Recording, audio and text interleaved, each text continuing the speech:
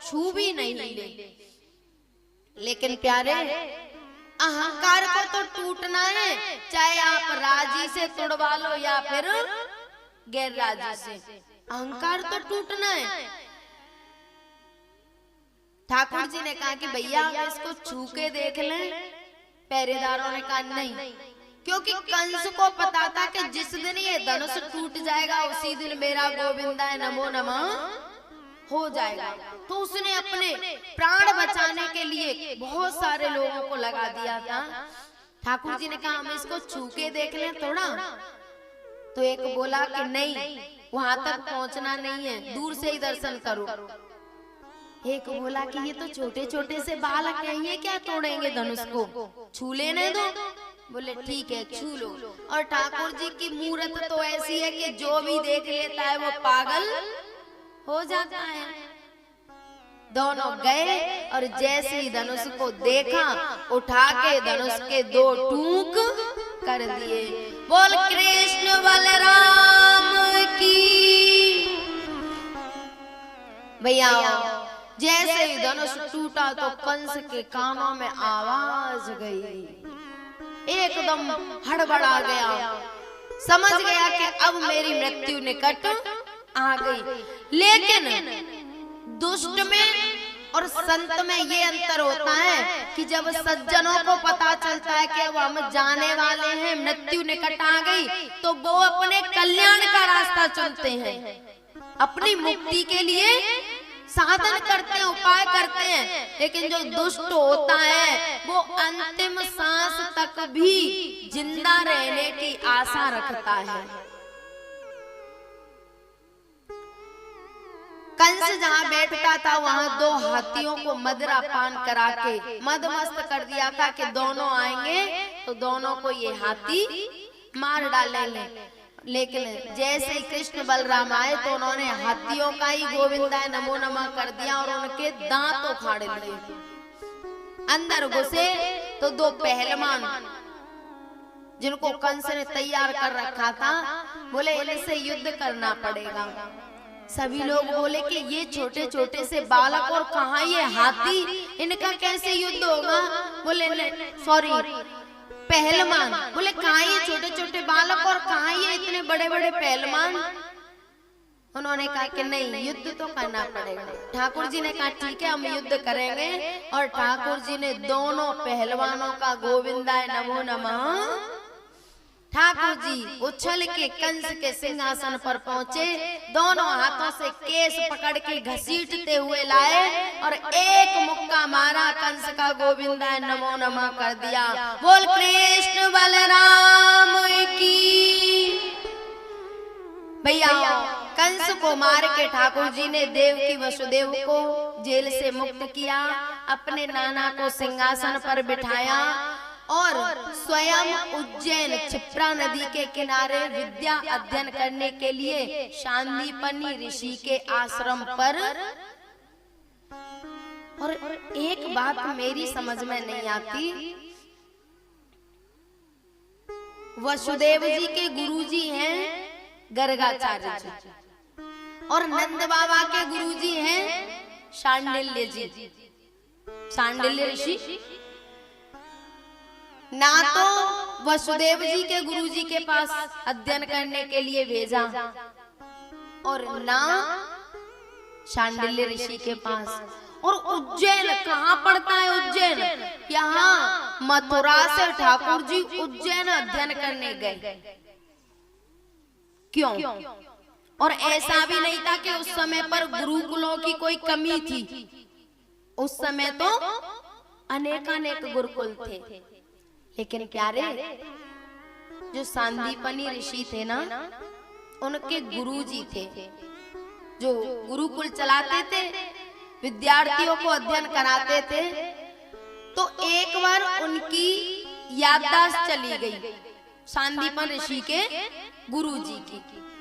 तो जैसे याददाश्त चली गई तो सब विद्यार्थी उन्हें छोड़ छोड़कर चले गए।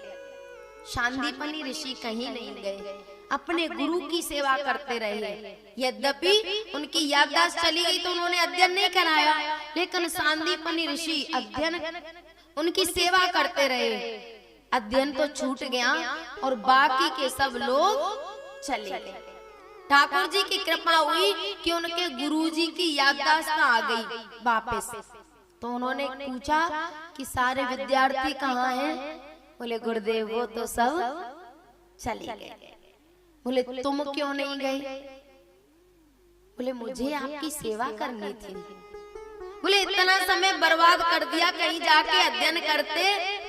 उन्होंने कहा कि मुझे अध्ययन की जरूरत नहीं थी, आपकी सेवा ही मेरा सबसे बड़ा अध्ययन है, मुझे अध्ययन की जरूरत नहीं है। तब उन्होंने वरदान दिया, बोले तूने ऐसी स्थिति में भी मेरा साथ नहीं छोड़ा, एक दिन स्वयं भगवान तुमसे पढ़ने के लिए आएंगे। प्यारे, कितना बड़ा वरदान, जो अपने ज्ञान के अहंकार में विद्या पाने की जिज्ञासा से गुरुजी को छोड़ छोड़कर चले गए। बुरे समय पर जब तक गुरु सही थे तब तक सब साथ रहे, और जैसे ही गुरुजी की थोड़ी सी हालत खराब तो सब छोड़ छोड़कर शांतिपनी ऋषि नहीं गए। तो गुरुजी ने कहा कि स्वयं भगवान तुम पे पढ़ने आएंगे, और उन्होंने कोई अध्ययन नहीं किया सांदीपनी ऋषि ने, क्योंकि गुरुजी की तबीयत बीच में बिगड़ गई। लेकिन गुरु के संकल्प के कारण भगवान को मथुरा से उज्जैन सांदीपनी ऋषि के आश्रम में अध्ययन करने के लिए जाना पड़ा। श्री कृष्ण गोविंद हरे मुरारी, हे नाथ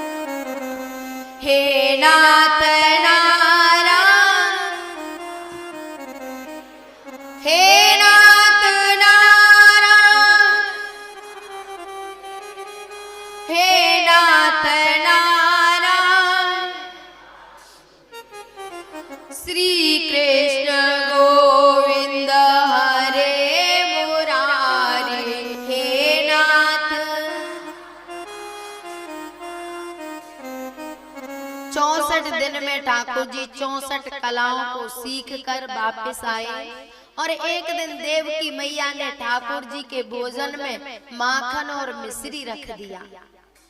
जैसे ही भोजन की थाली ठाकुर जी के सामने आई तो ठाकुर जी की आंखों में से आंसू निकल गए।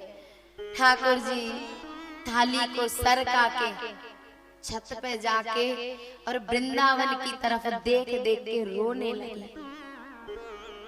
देवकी मैया ने उद्धव जी से कहा, उद्धव आप तो इसके सखा हो ना, इसको जाके समझाओ ना, तो ये ठीक से खाता है ना खुश रहता है। उद्धव जी गए तो ठाकुर जी वृंदावन की तरफ देख देख के रो रहे थे।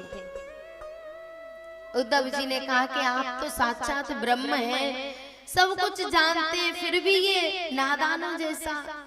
ठाकुर जी ने कहा, उद्धव जी, उद्धव जी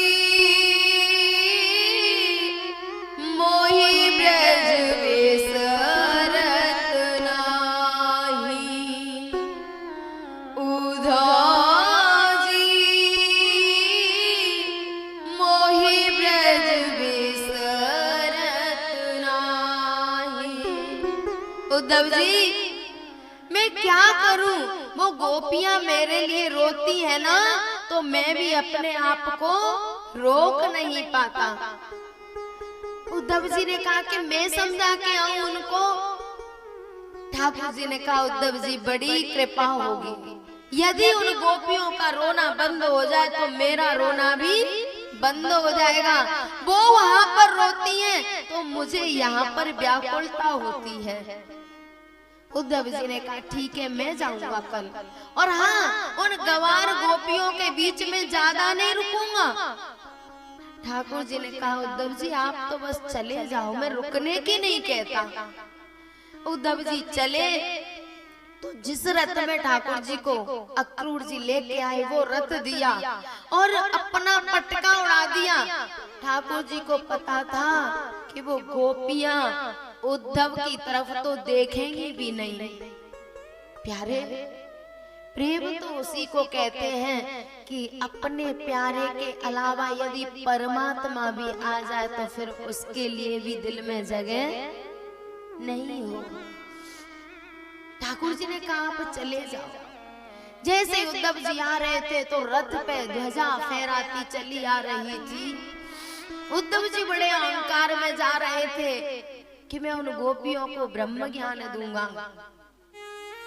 जैसे ही मथुरा से उद्धव जी निकले, रास्ते में जो बेरिया होती है ना, वो उद्धव जी के वस्त्रों पर लिपट गए।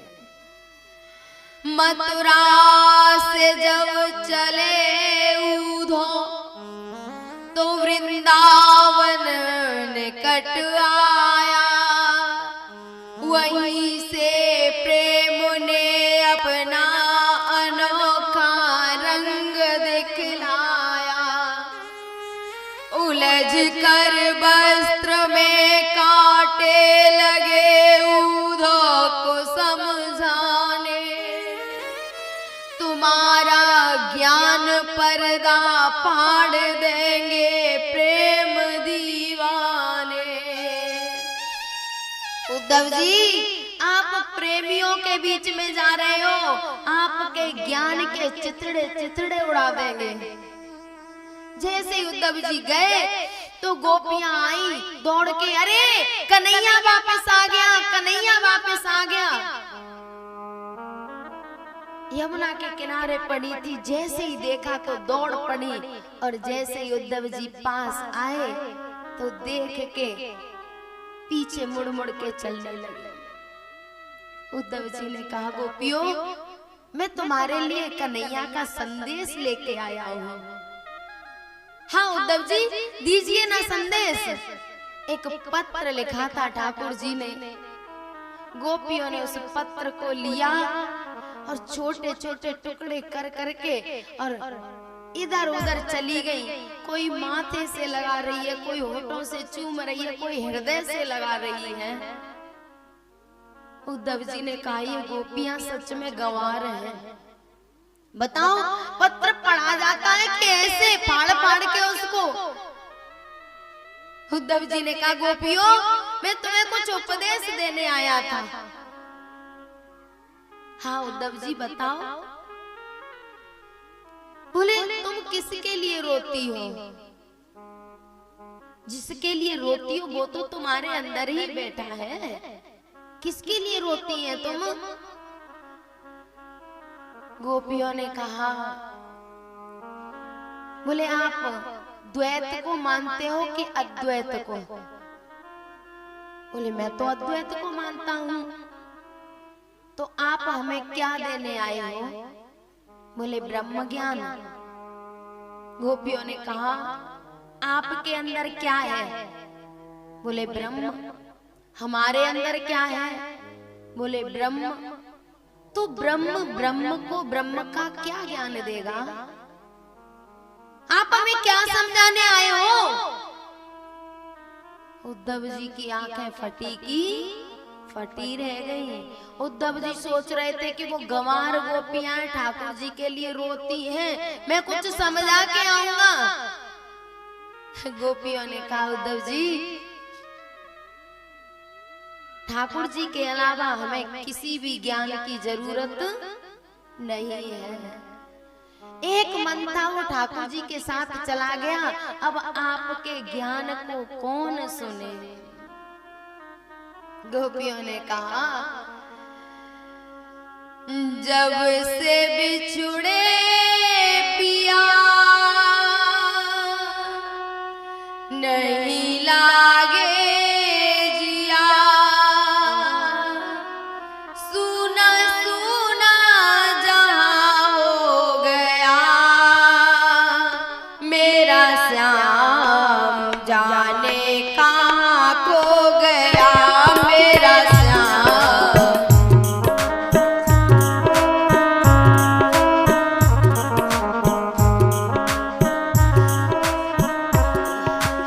आजा रे आजा मेरे श्याम, आजा रे आजा मेरे श्याम।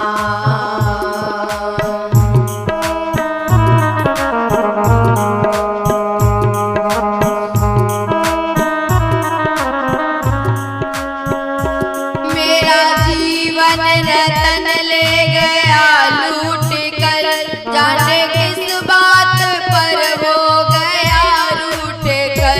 मेरा जीवन ओ मेरा जीवन, मेरा जीवन, मेरा जीवन, मेरा जीवन रतन ले गया लूट कर, जाने किस बात पर हो गया रूठ कर। क्या हुई थी खता श्याम ये तो बता, क्या हुई थी खता श्याम ये तो बता। श्याम क्यों बेवफा हो गया मेरा श्याम, जाने कहाँ खो गया।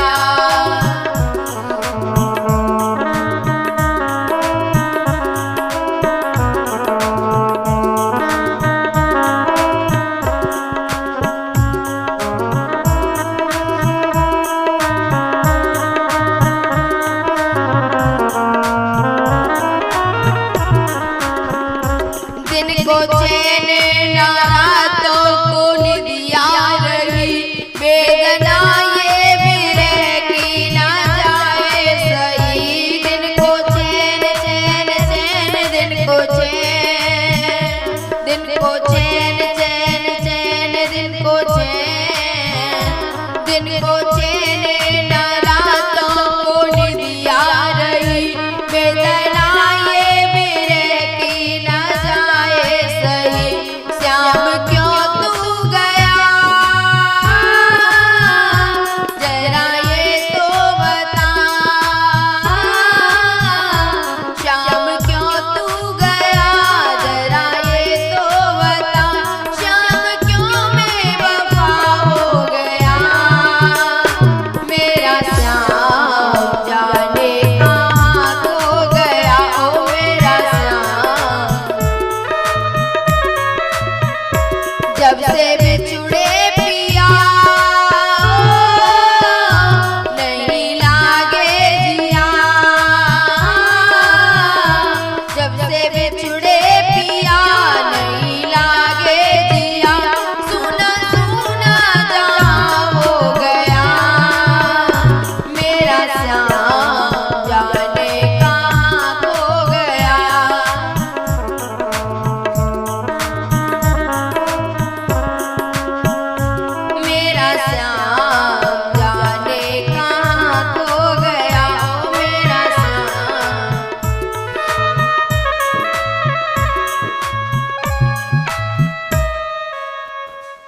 मेरा श्याम न जाने कहाँ खो गया।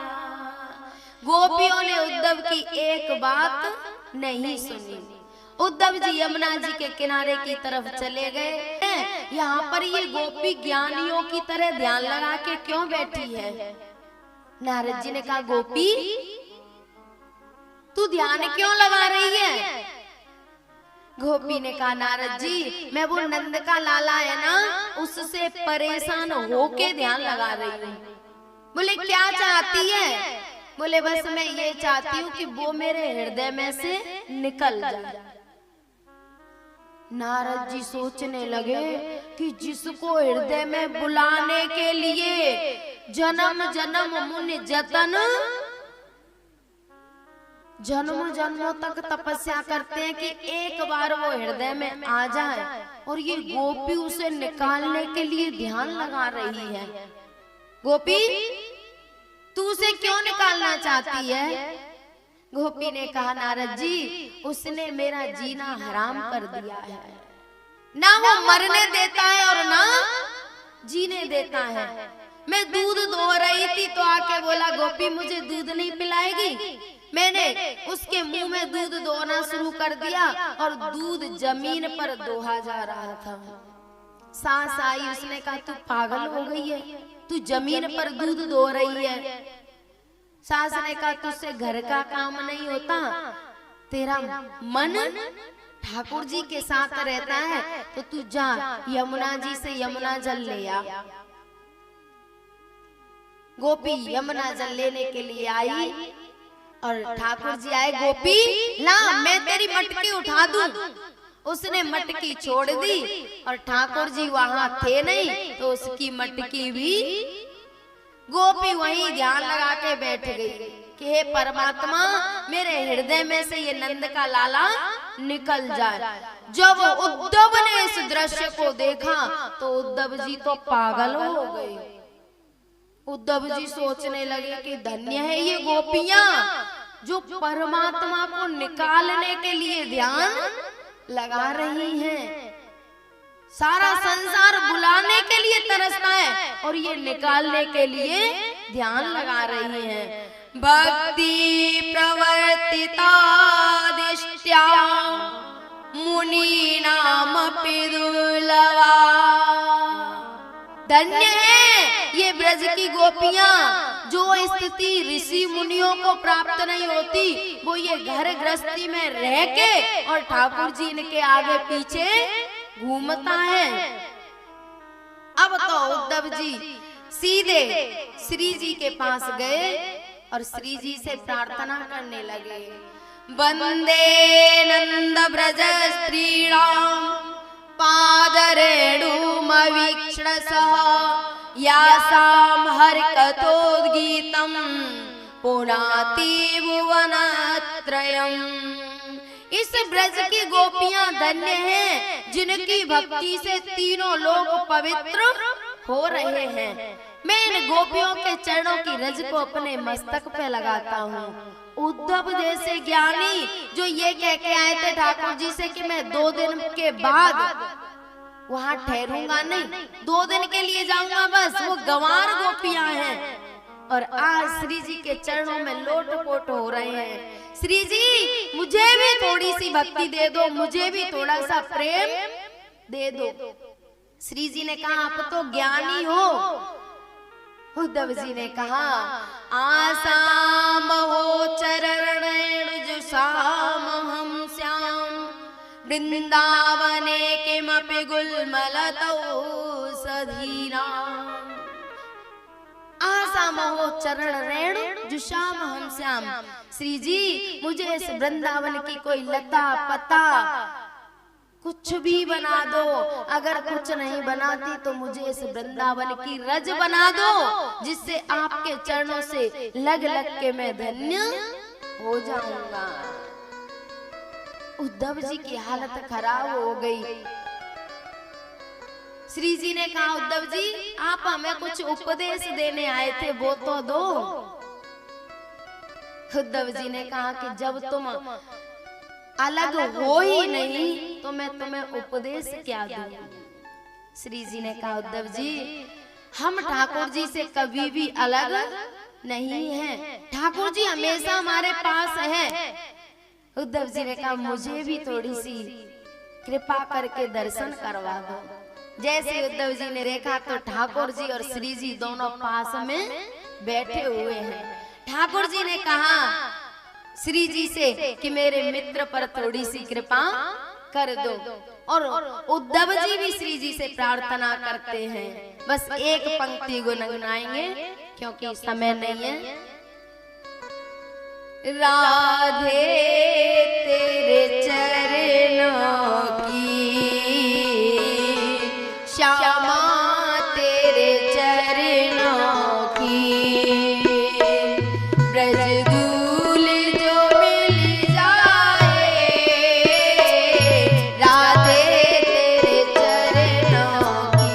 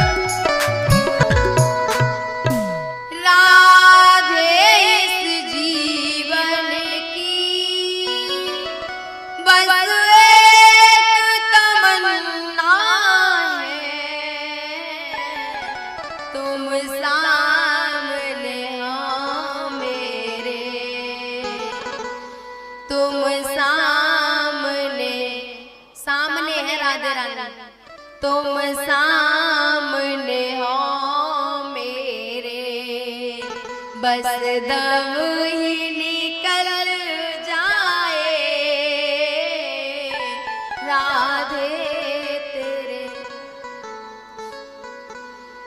उद्धव जी कह के आए थे एक दिन रुकूंगा, 6 महीने हो गए उद्धव जी जाने का नाम, और ज्ञानियों की तरह नहीं यमुना जी के किनारे पड़े रहते हैं, यमुना जी की रेती में।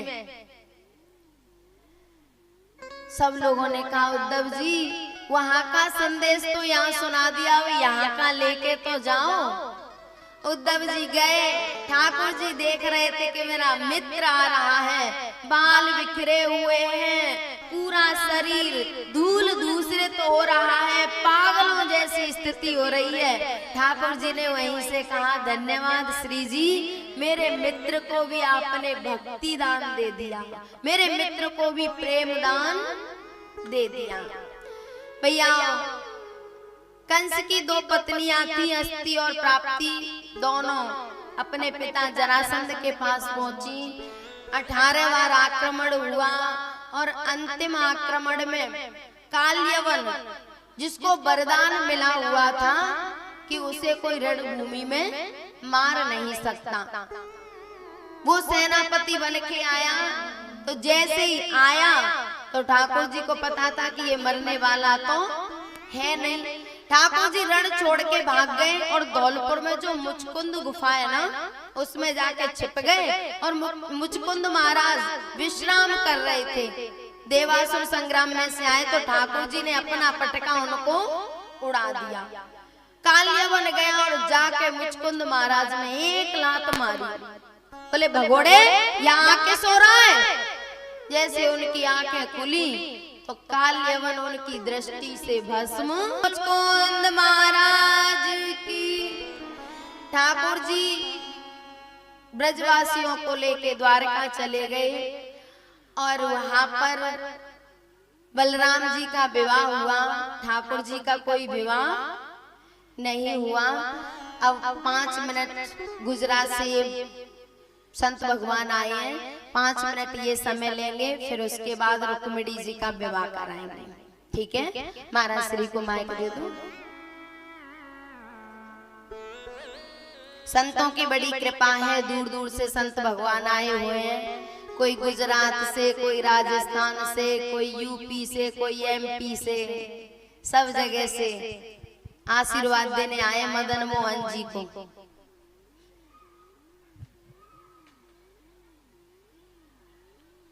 माइक खोलो।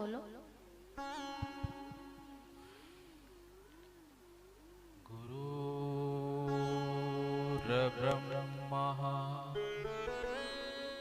गुरुर्विष्णुः गुरुर्देवो महेश्वरः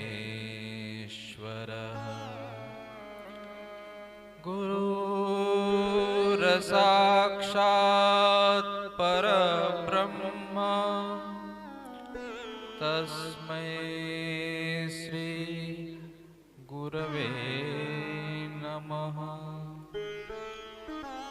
બધા મોજમાં છો?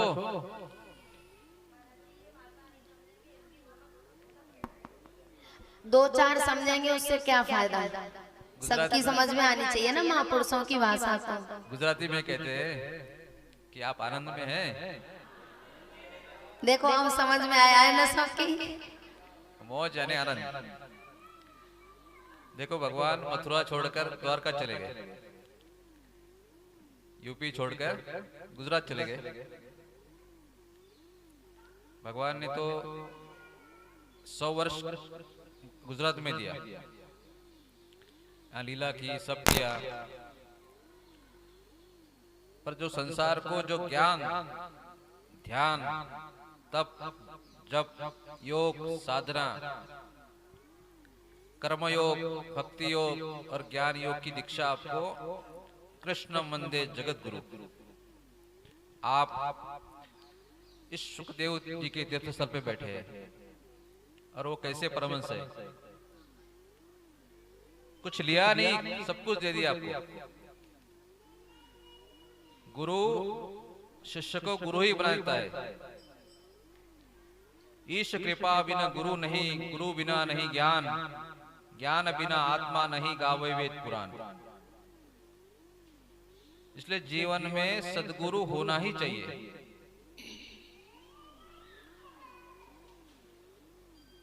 कथा के द्वारा आपको जो जीवन का थाक उतार दे,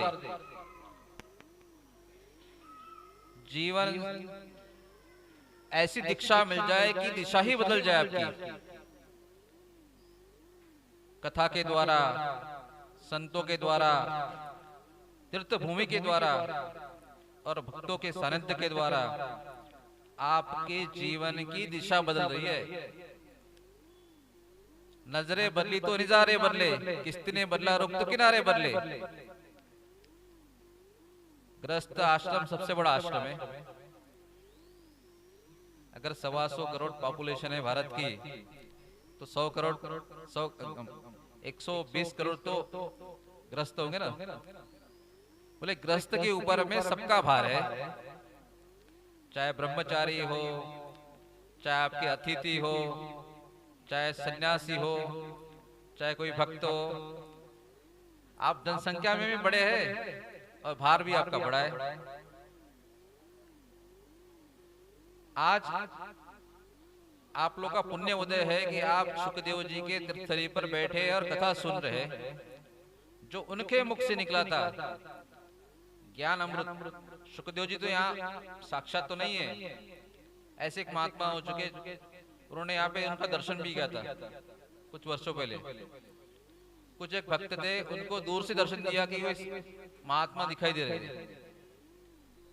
तो जिनकी जिज्ञासा है, जिनकी तपस्या है, जहां चाह वहां राह, जहां आपकी इच्छा है जाने की, इसलिए अपने जीवन में सदगुरु और सदगुरु का मंत्र और सदगुरु की साधना जरूरी है। भगवान कृष्ण आए तो भी उन्होंने गुरु किया, राम आए तो भी उन्होंने गुरु किया। अगर आप गुरु कृष्ण और राम से बड़े हो गए तो गुरु मत करना। आज 5 मिनट का समय दिया, क्योंकि आज 7 दिन आपने यहाँ बैठ के तपस्या की। ग्रस्त जीवन में से समय निकालना बड़ा कठिन होता है। प्रपंच को भी देखो, परमार्थ को भी देखो, पर भगवान की भक्ति को मत भूलना। घर में जाकर 1 घंटा तो कम से कम अपने आप को दो। ये जो आप साधना करेंगे वो किसके लिए है? ये जो धन है ये आत्मधन प्राप्त करने के लिए है। आत्मलाभात परम लाभम न विद्यते, आत्म सुखात परम सुखम न विद्यते, आत्मज्ञानात परम ज्ञानम न विद्यते। सुखदेव जी ने क्या दिया परीक्षित जी को कि तो आपका शरीर मरने वाला है, आपकी आत्मा नहीं मरेगी। तक्षक काटेगा तो शरीर को काटेगा, पर तुझे नहीं काट सकता। नैनम चिन्नति शस्त्राणि, अरे आप तो अजर हो, अमर हो, अविनाशी हो, नित्य शुद्ध मुक्त आत्मा हो। ये जो मैंने कथा रूपी जाल इसलिए बिछाया कि आपके चित्त रूपी पक्षी को मैं इसमें फंसा सकूं और आपको उत्तम से उत्तम ब्रह्म ज्ञान दे सकूं। इसके लिए सुखदेव जी ने परीक्षित को माध्यम बनाकर संसार को ज्ञान दिया। जैसे भगवान कृष्ण ने अर्जुन को माध्यम बनाकर संसार को गीता का ज्ञान दिया, वो भी ब्रह्म ज्ञान है। श्री भागवत भी ब्रह्म ज्ञान है। इसलिए अपने जीवन में एक कोई सद्गुरु ढूंढ लीजिए और उनसे दीक्षा प्राप्त कर अपने जीवन को कृतार्थ करिए। आज दीदी जी ने और आपके समूह सबके माध्यम से धन्या माता पिता धन्यो गोत्रम धन्यम कुलोद्भव धन्याच वसुधा देवी यत्र स्यात् गुरु भक्तता। भगवान शंकर कहते हैं पार्वती जी को कि जो ऐसे धर्म के आयोजन करता है और करवाता है, उसमें सहभागी होता है, वो तो साक्षात धन्यवाद देने का पात्र ही है।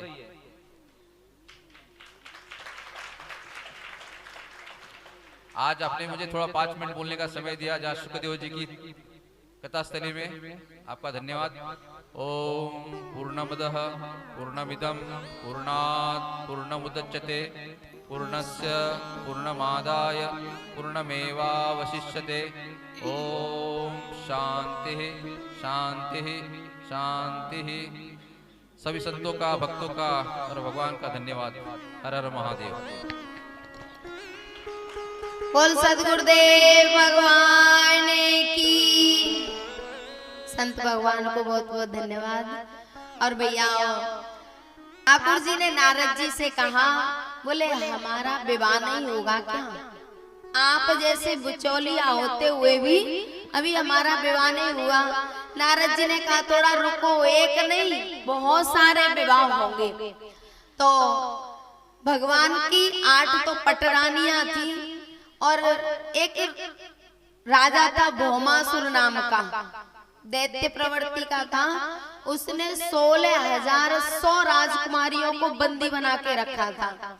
ठाकुर जी ने उनको उसके बंधन से मुक्त किया और उन राजकुमारियों से कहा कि अपने अपने घर जाओ। उन्होंने कहा भगवान अब हमें कौन स्वीकार करेगा, इस दुष्ट की कैद में इतने दिन रहे हैं, घर वाले कौन हमें अपने पास रखेगा, कौन अपनाएगा। ठाकुर जी ने कहा तो हम क्या करें, बोले आप ही हमारा वरण करो।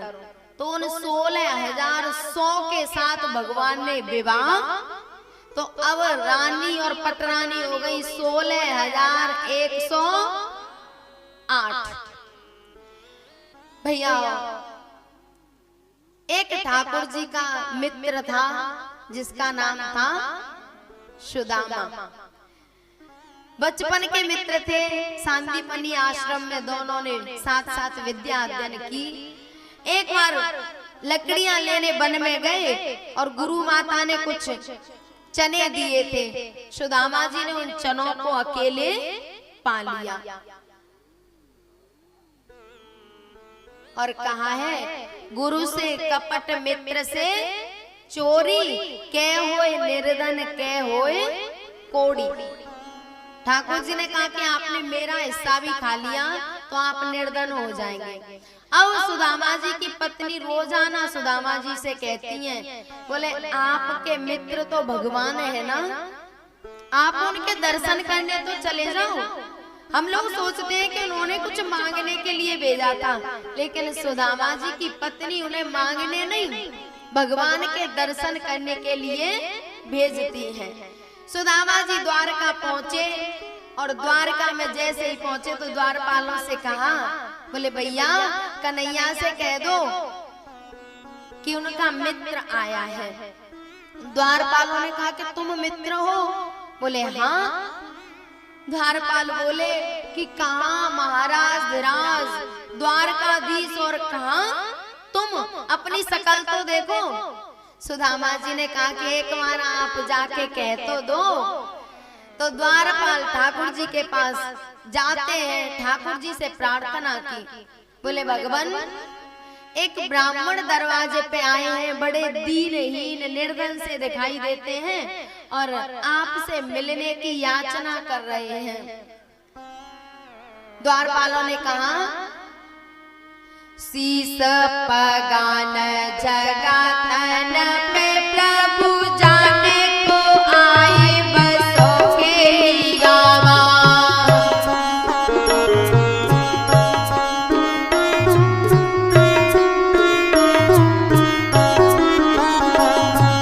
शीस पगान जगतन पे प्रभु जाने को आई बसोगे गावा।